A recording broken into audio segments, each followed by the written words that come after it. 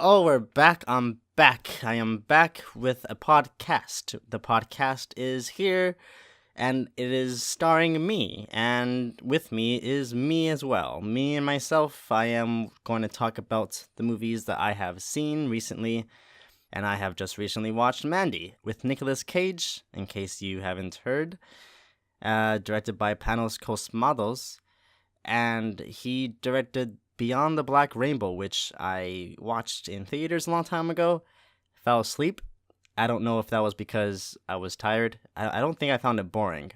So it was probably because I was just tired, and I haven't seen a single frame since. But I saw Mandy. I just saw Mandy, and oh boy, oh boy, oh boy, are you in for a treat? I was in for a treat. I got my treat. I wanted to watch this movie when I saw that Nicolas Cage was there. I wanted to watch it when I saw the poster. When I saw the poster, I was like, I gotta watch that. It's all about colors. I'm all about colors, and it looked very aesthetic fueled. Just the poster itself. And then there's Nicolas Cage, so then, yes, I want to watch this movie. So then I went to go watch the movie, and then I watched the movie. And it was fantastic. I don't know if it was phenomenal, but it was fan fucking tastic. Yeah.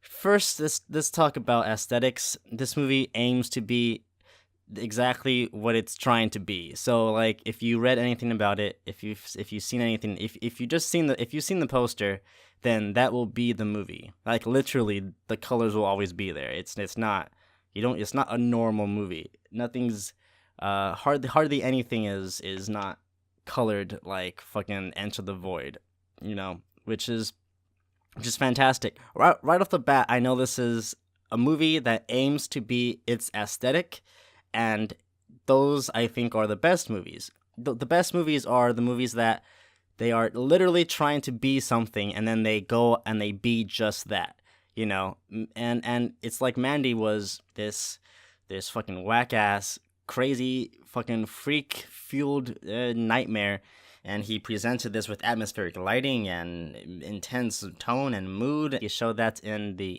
scenes, the way it was shot, which was really well, which is maybe the best thing about it, and I'll get to that. But he wanted to make a movie with aesthetic, and this is only the aesthetic that it's trying to be. It's engaging, and it's really fun. Maybe that's why I like sci-fi so much as a genre, because as a genre that always tries to be just sci-fi. Like, it's a sci-fi is sci-fi, and you will get aliens, you will get space, you will get technology, and I'm all about that. So anything that's sci-fi, like, it's striving to be that aesthetic, and nothing it can't really deviate too far from that because it is sci-fi, and that's why you always get what you're expecting, kind of. I mean, there could be bad sci-fi, but a lot of things are Blade Runner and fucking Star Wars. And with dramas, you don't know exactly what you're getting.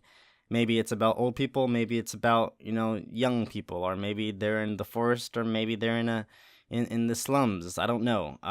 With comedy, you could laugh at anything. You could be a comedy sci-fi if you want to, but things that just know exactly what they want to be are the best things, and this is that thing. So just one look at it, if you like it, you will like this movie. Excuse me, I am drinking a beer because coming off of Mandy, I am rattled. My senses are skyrocketing. I am having illusions. The dimensions are seeping in. I'm not saying that this movie is a sci-fi movie. I don't think it's a sci-fi movie. If anything, there's a biker gang, and it's a revenge flick. It's a revenge biker gang, Jesus fueled, just crazy people movie. I'm just using the genre of sci-fi as an example that of things that just want to be whatever they are, and they are that thing, and it's the most effective you can make anything. Don't try to be a bunch of things. Don't try to appeal to anyone. Just make exactly what you want to make, and you get products that that are that, and then they will be that, and they will be awesome for being just that. You will find the audience by doing this, and they will love it 100%. So, yes, Nicolas Cage is in it. I don't mind his acting. Maybe I would have enjoyed this movie if I saw it in a theater by myself, because people tend to laugh just because his face is on the screen. But they laughed at parts that, kind of, okay, so the thing about Nicolas Cage is that he cannot do grunts. Or he cannot like when he's crying and all the breathing, he can't breathe that well. So it's not it comes off as corny, but the actual emotion is pretty much there, and it kind of gets drowned out anyway by the crazy soundtrack going on, by the crazy overtones of whatever this fucking music is playing, and also by the crazy cinematography. You're engaged in this crazy fucking nightmare, and Nicolas Cage is also, a crazy fucking nightmare, so it really works well. And I don't know if maybe the director was like, yeah, Nicolas Cage, because it's gonna be crazy anyway. He must know that everyone fucking laughs at Nicolas Cage. Whatever. The movie is so good, and there's one part where, spoilers by the way. So there's this one part where they kill the wife. This is a revenge flick. Nicolas Cage is a badass killing people with a fucking scythe or whatever, a sword. I think it's a scythe, fucking like the Grim Reaper. He has death. He is death, and he is after God. So he makes a fucking scythe, and then he goes out and he kills all these fucking people because they killed his wife. So it's a revenge movie. And during that scene, Nicolas Cage is like crying and stuff, but you can't hear it because they didn't add the audio. They just put music over it, which is good. It's a good way to hide his weak points with the film's strong points. Strong overcomes the weak, which is a good thing. So yeah, I didn't think this movie would be so red. It's literally red. The main character's name is Red. The movie's red. Fucking beautiful lighting. Like, there's this one part where Nicolas Cage is laying down with his wife, and it's a two shot of them from above while they're laying down. And at first it's extremely dark, you can't even see their faces, and then light starts like seeping in and like slowly rotating around and making like this red and purple light are like kind of just flowing over her. Like, they just light her, and Nicolas Cage is still kind of dark. It's like cars, like when a car passes by through your window, and it was like this very majestic, almost very comforting, just soft glow, harsh glow on this girl, on Mandy, if you will, and it's just beautiful. I mean, the cinematography throughout is fantastic. All the lens flares, by the way, are fucking amazing. I don't need any of this bullshit J.J. Abrams or Rian Johnson bullshit, dude. Those are very generic. You could tell I can make those in After Effects. The light flares here were very fucking nice. They were very effective. They made everything look very pretty. They made everything look very, very out of this world, because I think that world that Mandy is, the universe that Mandy takes place in, I do think that it is actually like that. I think it's actually as colorful. I wouldn't be surprised if it was as colorful as what the movie fucking was. Like, their actual universe. Like, that's how they lived. Because it was just so fitting. Whatever was going on, and just the way that it was all presented. We have this very cool religious undertone, where you have all these, as they say in the movie, Jesus freaks, because they are Jesus freaks. And they're crazy, and they're just out of this world.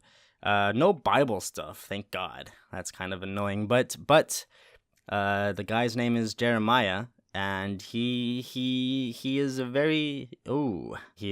narcissist, and he explains in the movie that everything is his and everything belongs to him. So there you go.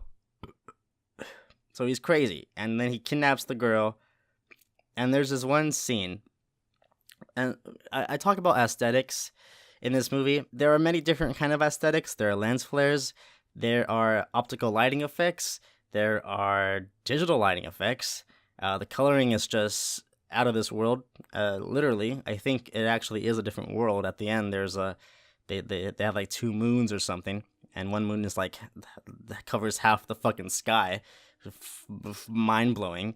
It's like the ultimate sci-fi setting just in the background. Like they show it for like one scene, and it's the very last scene, and that's it. It's all about Nicolas Cage and the fucking craziness going on. But anyways, what was I saying? I forgot what I was saying about the aesthetics, but there are a lot of them. I see. There are many different kinds of aesthetics being used, like different effects. It's not just that it's like colored crazy and everything's like very unnatural.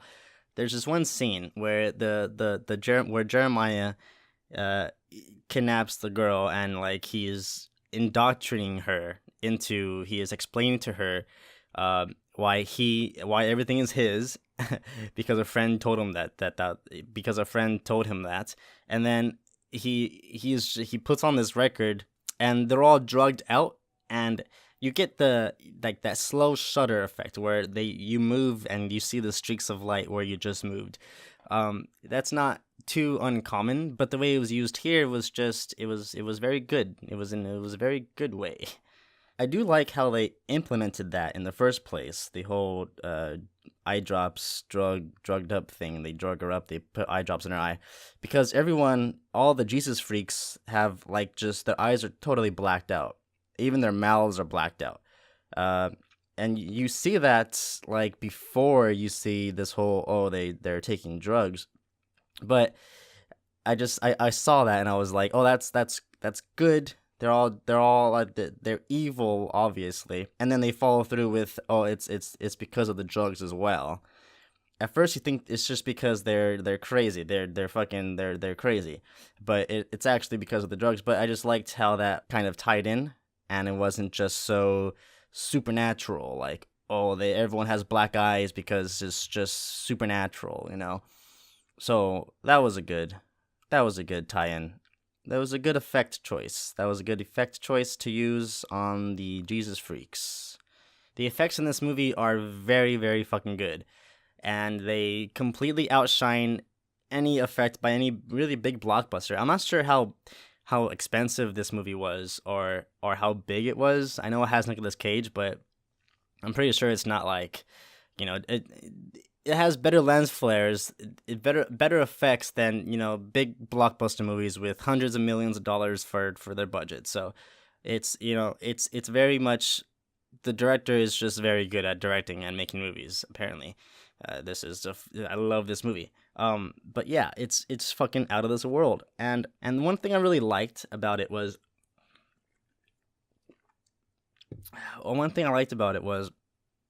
I loved I don't know if they shot it on film or not, but there were some scenes that looked very grainy, and it was very good grain, and I'm all for grain.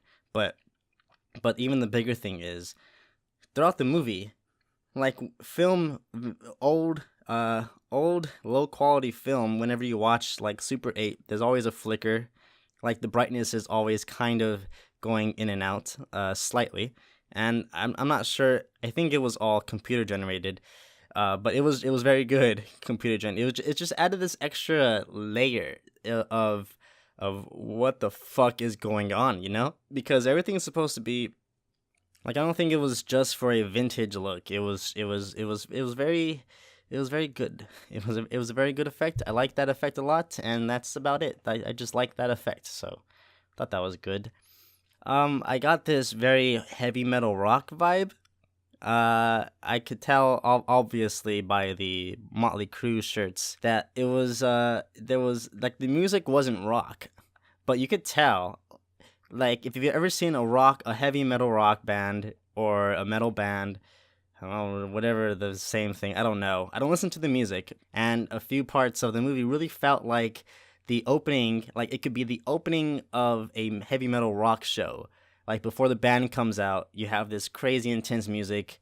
There were no bells, but there was a cross. There are crosses everywhere, you have this really intense music, and the camera's just like, slowly dollying, and at some points I literally thought that a rock band should be playing any second now. They should just come out from, I don't know, from wherever and just start playing and really give off this atmosphere that someone's going to come out and scream to your ear why life is fucked and that society is all messed up and no one understands us, I guess. It just really felt like it was very influenced by that kind of vibe. And I don't listen to heavy metal too much, but I agree, and I do like how it was implemented, and it was just a vibe that really helped with the craziness that was going on. I mean, you're having fucking Nicolas Cage engage in chainsaw fights, like as if they're fucking lightsabers or whatever. Fun fact: my friend said that his axe, no, not axe, his scythe, because he is death. I don't think he's death actually.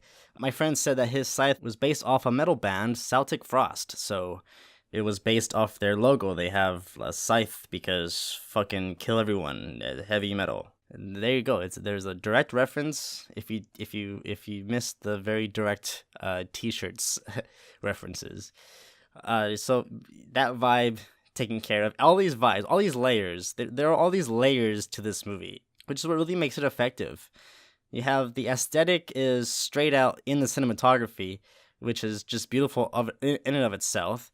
You have these rock undertones, and then there are the religious undertones. I was looking up Jeremiah. In the on the Wikipedia there, and they call him the weeping prophet. I don't know why, but at the end, the Jeremiah, who thinks he's, I guess, a prophet, he's like weeping, and like Nicolas Cage has him, he's gonna crush his head. I didn't think he was gonna do that. I thought he was just holding his head. But he was strong enough to actually crush his head. But he was weeping at the end, and how fitting. Deep is what we call deep. The philosophical, or the art house, but the best kind. This is a little more than art house. This is like, I am a master at the craft of making this certain aesthetic. This is Enter the Void mastery, where it's beyond being a regular movie, and it goes into the realm of becoming a monster. And yeah, this is Mandy. Mandy's crazy. Amazing directing. The aesthetics are fucking there. They're just there, and it's amazing. And who cares? Nicolas Cage is good. I like it. I think it's a good thing. This movie is it's a good thing. One thing I don't necessarily like is there are these title cards that pop up every now and then. I think there are like 3 of them, maybe 4, and they're just like this title card that just comes and it's animated, and it's just it has a name. Maybe it's the name of the section, but it's not clear that there is a section now that deserves this name because that's the theme. Like, obviously there are things happening in sections, in scenes, but it's not clear that it needs its own title card, like it's a fucking episode, like it's an episodic thing. And then like 30 minutes, 40 minutes in, there's a title card that just says Mandy, and it's like, I don't know, like you just need that in the beginning, I think, but whatever. What else to say about the movie? I don't know. How long should this podcast series be? I don't know, guys. Well, yeah, this is. I will do podcasts like this more often, and I will talk about these movies that I watch. But that's about it, I think, for the Mandy. I really enjoyed it, and I think that I will want to watch it again because you don't get strong aesthetics like that too often, that are 100% just fucking crazy out of this world. Well, I guess that's it. I mean, I could talk a little bit more about the. Maybe I'll do like an in-depth thing if I watch it again. I don't know. It's the good movie of the year. Go watch it. It's the bestest go watch it. It's the greatest. Go watch it. It's the most likable to the eye. Just it's fucking great. Go watch the Nicolas Cage. It's okay. I think that's it. That's it. That's this little podcast. A very, very short podcast. Who cares how long it is?